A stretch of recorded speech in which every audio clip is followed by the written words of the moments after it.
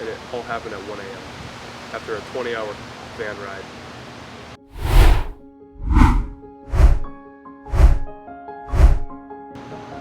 I felt called to Asbury because for a while my faith was pretty stagnant. I didn't feel like I was growing spiritually.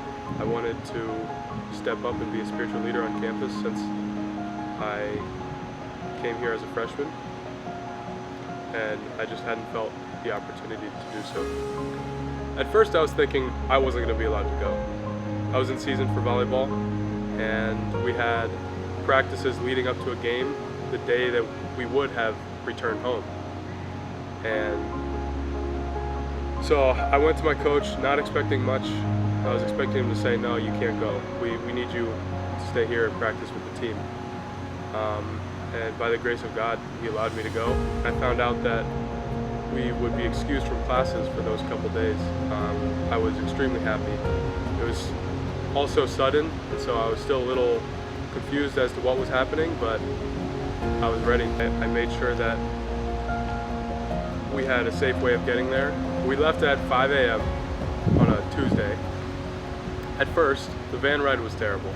I'm pretty tall, and so being in a packed van full of people and luggage and snacks is not the most fun for 20 hours. But the closer we got to Asbury in Kentucky, the more we started to become excited and started to anticipate what was to come. And the fellowship that we had in that van on the ride down is some of the best fellowship that I've had in my entire life. And the only thing that could rival that was the van ride back. When I first walked into that chapel, I was overcome with the Holy Spirit. We weren't expecting much. In my mind, I thought that there would be 100 people at the altar praying, pretty low-key worship, but there were hundreds of people when we walked in, and they were all on their feet worshiping the Lord. It was one of the best experiences I've ever had. For a while I hadn't felt much support from faculty or students. One of my prayers was to have that support, because the challenge has always been there, but the support is something that I haven't been able to find yet.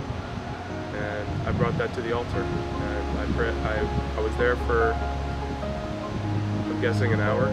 I couldn't tell you what the actual time on that was, but when I felt God had answered my prayer and I was ready to leave the altar, I stood up and turned around, and the entire sanctuary was full. Everyone was worshiping the Lord. I just felt, again, this overwhelming sense of security in the Lord. The presence of the Holy Spirit was there the entire time that we were there. And it was there from the beginning of the first service, and it was there a week after when we were there, and it was a week after we left. On our way home, we prayed that God would open up doors so that we can have conversation with people, other students, faculty, people in the community. We prayed that He would break down walls spiritually, change the culture of our campus, and that we could start to foster a better Christian community. I didn't expect that to happen. All of these things that were happening after we arrived home were answers to prayers. To this day, God is moving on our campus in powerful ways. I continue to pray that He would use me however He intends.